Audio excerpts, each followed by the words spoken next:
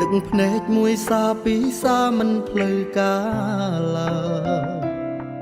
ខូចចិត្តបន្តិចបន្ទូចទុកថាសូមអោយហើយរឿងរ៉ាវឈឺចាប់ទាំងឡាយមេរៀនទី1ឆ្លងកាត់បន្តិចសោះខ្ញុំខ្សងអង្គចិត្តតស៊ូខ្លាចញើញើជីវិតគូឃើញតែទុកព្រួសំងំក្នុងភាពឯកាទៅណាក៏ខ្លួនមួយអ្នកណាជួយខ្ញុំទៅដូចដើមបានទេ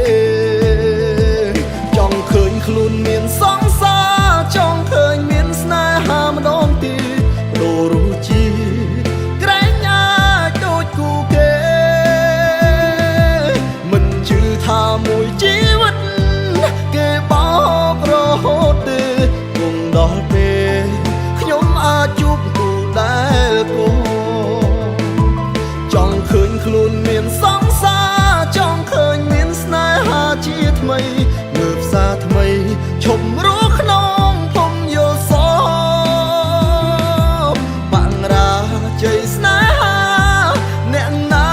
ថាមិនធ្លាប់សំខាន់រកទុកវាត្រឹមបត់ពីសោ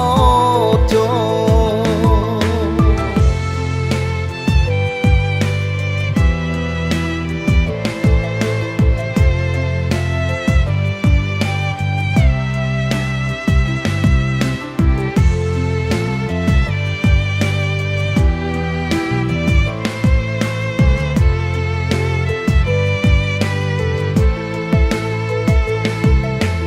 កាត់បន្តិច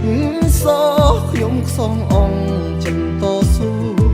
ខ្លាចញើញើជីវិតគូឃើញតែទុកព្រួ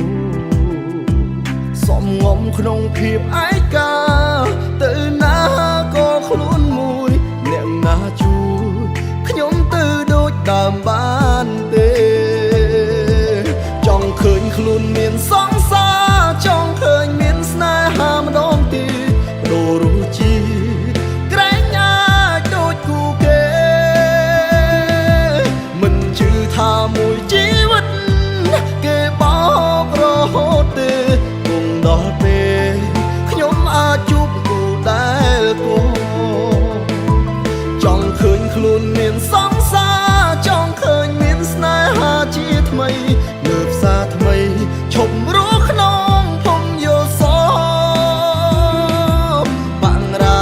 ជ័យស្នេហាអ្នកណាថាមិនធ្លាប់សំខាន់រកទុកវាត្រឹមបត់ពីសោចសំខាន់រកទុកវាត្រឹមបត់ពីសោ